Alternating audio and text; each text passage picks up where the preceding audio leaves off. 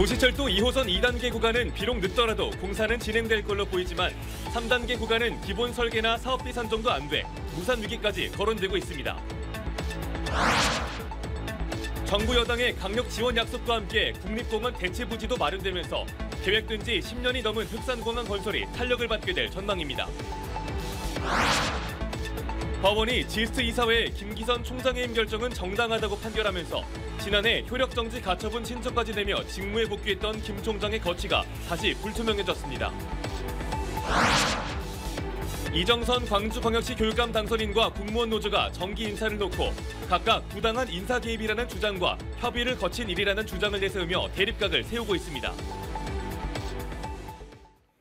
여러분 안녕하십니까? KBC 8시 뉴스입니다. 어제 광주 도시철도 2호선 공사의 공사비 증액과 공사 기간 문제를 보도해드렸는데요. 도시철도 2호선 2단계 구간은 비록 늦더라도 공사는 진행될 걸로 보이지만 3단계 구간은 무산 위기까지 거론되고 있습니다. 아직 기본 설계가 나오지 않아 명확한 사업비 산정이 불가능한 상황에서 정부에서는 3단계 사업 철회까지 언급하고 있습니다. 정의진 기자가 보도합니다. 도시철도 2호선은 순환선 남쪽이 1단계, 북쪽이 2단계, 그리고 백운광장에서 효천직으로 이어지는 3단계 구간으로 나뉩니다. 2019년 10월 첫 삽을 뜬 1단계 구간은 공사가 37%가량 진행됐고 2단계는 총사업비 증가로 난항을 겪고 있습니다. 가장 큰 위기는 3단계 구간입니다. 당초 사업비 2천억 원이 들 것으로 전망됐지만 지금은 3배 이상 사업비가 늘 것으로 예상되고 있습니다. 공사 기간도 올해부터 2025년까지로 예정됐지만 착공에 들어갈 수 있을지도 미지수입니다. 기획재정부에서는 3단계 공사 자체에 대한 부정적 기류마저 감돌고 있습니다. 이제 단계별로 아마 사업비 조정이 필요한 모양이더라고요. 3단계를 빼자고 한다면. 시민단체는 이 같은 사업 난항은 이미 예견된 일이었다고 말합니다. 도시철도 2호선 사업 착수 여부를 결정하는 공론화 과정부터 사업비가 3조 원을 넘을 것으로 전망됐지만 광주시가 2조 2천억 원 정도로 사업비를 축소했다는 겁니다. 공론화 과정에서 시민단체가 제기했던 공사비에 관한 어떤 문제 제기 이런 부분들이 이제 4년이 지난 지금에 와서는 굉장히 현실화됐고 이게 바로 이제 행정의 신뢰성을 좀 의문을 제기하는 상황이 될 수 있기 때문에 사업 계획이 추진된 이후 17년간의 우여곡절 끝에 첫 삽을 뜨게 된 광주 도시철도 2호선 사업. 앞으로 남은 공사가 언제, 어떤 방식으로 진행될지 전혀 공개되지 않으면서 지하철 공사 장기화로 인한 시민들의 피해만 커져가고 있습니다.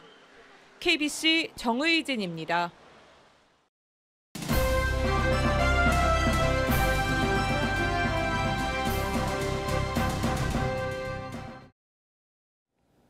민선 8기 시작을 앞두고 광주 전남의 현안 사업을 점검하는 순서입니다. 계획된 지 10년이 넘은 흑산공항 건설 사업이 재궤도에 오를지 주목됩니다. 강력 지원하겠다는 정부 여당의 약속과 함께 국립공원 대체 부지도 마련되면서 곧 흑산공항 건설 사업이 탄력을 받게 될 전망입니다. 정지용 기자의 보도입니다. 흑산공항 건설 계획이 처음 공개된 건 2011년. 하지만 10년이 넘도록 답보 상태를 보이고 있습니다. 철새들의 경유지인 흑산도가 국립공원으로 지정돼 있어 매번 발목을 잡았습니다. 기대를 걸었던 만큼 주민들의 실망감은 컸습니다. 울릉공항을 먼저 하고 흑산도는 똑같이 시작을 했습니다. 못한다는 것은 편향적 국가 지원이다. 이런 부분에서 주민들은 상당히 유감이 많은 부분이고. 윤석열 정부가 들어서고 민선 8기가 출범하면서 흑산공항 건설 계획에 파란불이 켜졌습니다. 흑산 비금도의 국립공원 대체 부지가 확정되면서 흑산공항 건설 계획이 올해 하반기 예정된 정부 심의를 통과할 가능성이 높아졌습니다. 새 정부의 국정과제에 포함된 데다 이준석 국민의힘 대표도 대선 기간에 신안을 찾아 강력히 지원하겠다고 약속하기도 했습니다. 공항 문제부터 염전 문제, 그리고 어업 문제, 그리고 청년 문제까지 다양한 민원을 주셨습니다. 저희가 꼭 이 부분에 있어서 어떤 해결책이나 진척을 가지고 다시 찾아뵐 수 있도록 하겠습니다. 전남도는 빠르면 내년 하반기에 착공할 것으로 전망했습니다. 환경영향평가와 사업비 변경 등 행정 절차에 만전을 기하고 있습니다. 흑산공항 건설은 주민과 여행객들에게는 새로운 경험을 제공하고 전남도의 관광 활성화에도 큰 도움이 될 전망입니다. 수도권에서 홍도 관광을 위해서는 6시간 정도 소요됐습니다. 근데 흑산공항이 건설되면 1시간 정도로 가능해집니다. 민선 8기, 정부의 지원과 대안 마련으로 흑산공항 건설 계획이 새로운 전기를 맞고 있습니다. KBC 정주영입니다.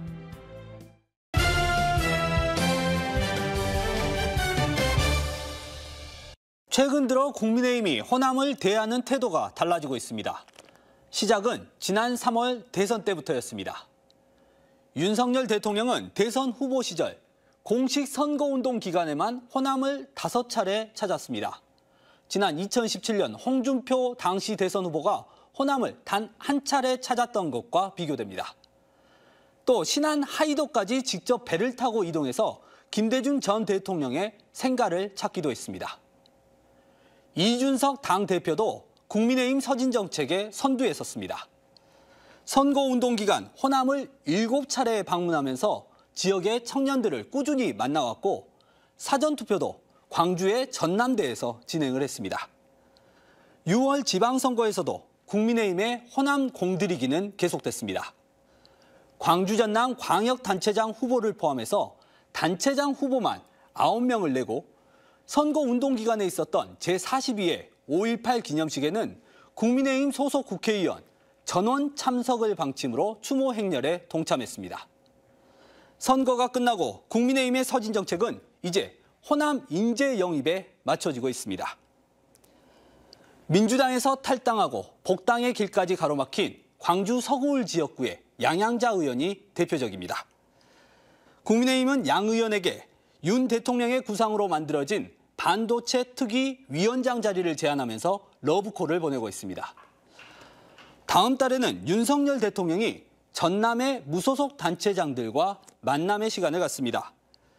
지역 무소속 단체장만 따로 만나는 모습은 국민의힘의 인재 영입에 윤석열 대통령도 팔을 걷고 나서는 모양새입니다. 이에 대해서 호남 출신의 국민의힘 조수진 의원이 대통령의 입장을 전달해 왔는데 함께 들어보시죠. 우선순위에 있어서 무소속 단체장들에 대해서는 지역에서도 어떤 우려도 있으실 것 아닙니까?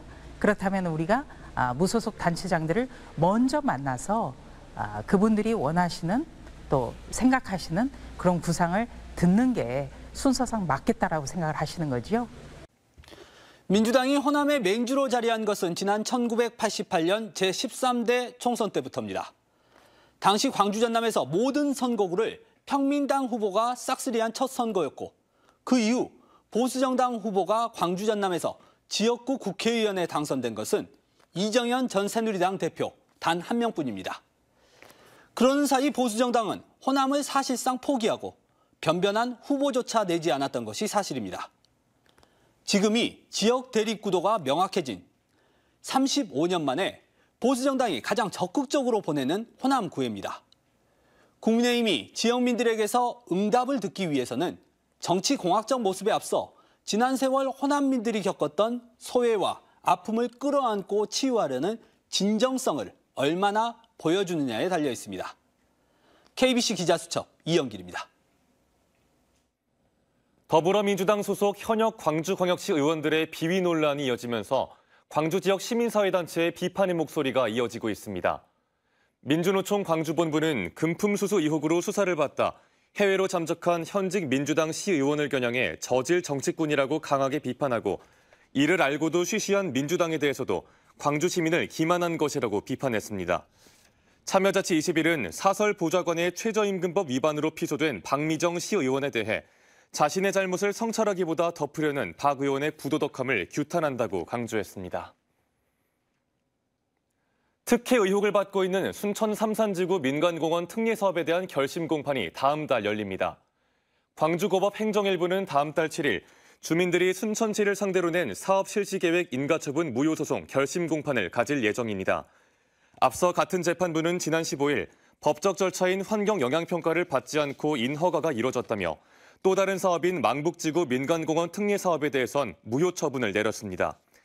민간업체가 4,400억 원을 투입해 아파트 1,200세대와 대규모 공원을 조성하는 순천 삼산공원 사업은 내년 완공을 앞두고 있는 상태로 무효 판결이 나오면 사업 취소가 불가피할 걸로 보입니다. 해상의 높은 파도와 강풍이 예상되면서 해경이 연안 안전사고 위험예보 주의보를 발령했습니다. 여수해양경찰서는 남부지방에 오늘 밤부터 내일 아침 사이 돌풍과 천둥, 번개를 동반한 폭우가 예상됨에 따라 연안 안전사고 위험예보 주의보를 발령했습니다. 해경은 해양관광지와 연안 위험구역 집중 순찰 활동에 들어갔고 출입 통제선이 설치된 해안가나 방파제에 낚시객이나 관광객들이 출입하지 않도록 각별한 주의를 당부했습니다.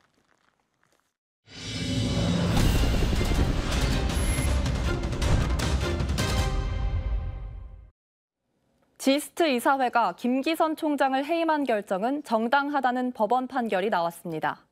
지난해 해임 결정 이후 효력 정지 가처분 신청까지 내며 직무에 복귀했지만 이번 판결로 김 총장의 거취는 다시 불투명해졌습니다. 김한수 기자의 보도입니다. 지난해 6월 지스트 이사회가 김기선 총장을 해임하자 김 총장은 해임 결정에 불복해 효력 정지 가처분 신청을 냈고 지난해 10월 법원은 본안 소송 결과가 나올 때까지 총장 해임의 효력을 정지하라고 결정해 김기선 총장이 복직했습니다. 조금씩 쌓여온 것이 한번 터지면서 발전할 수 있는 좋은 계기가 됐고 이런 위기를 또 제 스스로 또 우리 광주과기원을 중심으로 큰 기회와 발전으로 끌어나가도록 하겠습니다. 그러나 법원은 오늘 해임 결정이 정당하다며 김 총장이 제기한 이사회 결의 무효 확인 소송 청구를 기각했습니다. 다만 임기가 내년 3월까지인 김 총장이 항고할 경우 법원 판단이 확정될 때까지 총장직은 유지됩니다. 총장님도 이제 선임을 받으시고 법률적 임명 검토하고 상소 역으로 결정하시는. 지난해 김기선 총장이 영구수당을 부당 수령했다는 의혹에서 시작된 지스트 총장 해임 사태. 총장과 이사회 간의 소송전이 계속되며 학사 운영에 차질이 생기면서 학교와 학생들이 피해를 보고 있습니다. KBC 김한수입니다. 이정선 광주광역시 교육감 당선인과 공무원 노조가 정기 인사를 놓고 대립각을 세우고 있습니다. 노조는 당선인이 취임도 전에 인사에 부당하게 개입한다고 주장하고 당선인 측은 현 교육감과 협의를 거친 일이라며 반박했습니다. 고우리 기자입니다. 공무원 노조 광주교육청 지부가 이정선 당선인을 비판하는 팻말을 들었습니다. 지난 21일 교육감직 인수위가 일부 직원들에게 인사 이동을 위한 전보 내신서 제출을 요구했기 때문입니다. 노조는 이정선 당선인이 취임 전에 부당하게 인사에 개입했다며 강하게 반발하고 있습니다. 당선인 신분으로 교육청 직원들의 인사를 좌지우지하는 건 월권이라는 겁니다. 5월 달에 희망 내인사를 충분히 받았고 6월 달에 예고했고 이제 인사가 이루어지는 거잖아요. 그런데 그런 것 절차를 다 무시한 상태에서 내가 내신서를 낼 의향이 없는데 너는 그 자리를 빼줘야 되니까 내신서를 내라. 그게 갑질인 거죠. 인수위는 현재 교육감과 협의한 사항이라고 반박했습니다. 이정선 당선인이 취임과 동시에 공약을 실현하려면 인사권이 필요하다고 요청했고 장희국 교육감이 이를 받아들였다고 밝혔습니다. 인사 과정은 장희국 교육감 아래에서 이뤄지더라도 최종 결재권은 신임 이정선 교육감이 갖고 있기 때문에 미리 협의를 거쳤다는 설명입니다. 12년 만에 새 수장을 맡게 된 광주교육청이 시작도 전에 불협화음을 내고 있습니다. KBC 고울입니다. 전남의 조선업이 긴 침체 끝에 다시 호황을 맞고 있지만 극심한 인력난을 해소할 대책이 시급하다는 지적이 나왔습니다. 서남권 조선업 활성화를 위한 인력 수급 대책 및 지원 방안 토론회에서 중소조선업체들은 수주 호조에도 불구하고 인력을 구하지 못해 작업 물량을 반납하고 있다고 호소했습니다. 전남 조선업은 인력 유입이 없는 상황에서 업체 간 인력 빼오기로 임금은 계속 치솟고 60% 이상을 차지하는 외국인 고용도 코로나 여파와 체류 제한으로 어려움을 겪고 있습니다. 이를 위해 숙련공 비중이 높은 조선업 특성을 감안해 청년 위주인 인력 지원 연령을 재조정하고 외국인 고용 비자 제도의 완화, 병역 특례업체 지정 등의 의견이 제시됐습니다. 광양의 골재 채취장에서 덤프트럭이 추락해 50대 운전자가 숨졌습니다. 오늘 오전 10시쯤 광양시 광양읍의 한 골재 채취장에서 25톤 덤프트럭이 7m 절벽 아래로 추락하면서 56세 운전자가 숨졌습니다. 경찰은 덤프트럭이 골재를 싣고 비탈길을 올라가다 무게중심을 잃으면서 절벽으로 굴러떨어진 것으로 보고 정확한 사고 원인을 조사하고 있습니다. 전라도 정도 천년을 기념해 다시 지어진 조선시대 목조 건축물 희경루가 156년 만에 그 모습을 드러냈습니다. 광주광역시는 오늘 광주광역시 사직동 광주공원에서 희경루 중건 상량 고유제를 열고 희경루의 무탈한 완공을 기원했습니다. 1451년 지어진 광주의 대표 누각인 희경루는 상량 이후 주변 정비 등을 거쳐 오는 10월 시민들에게 공개됩니다.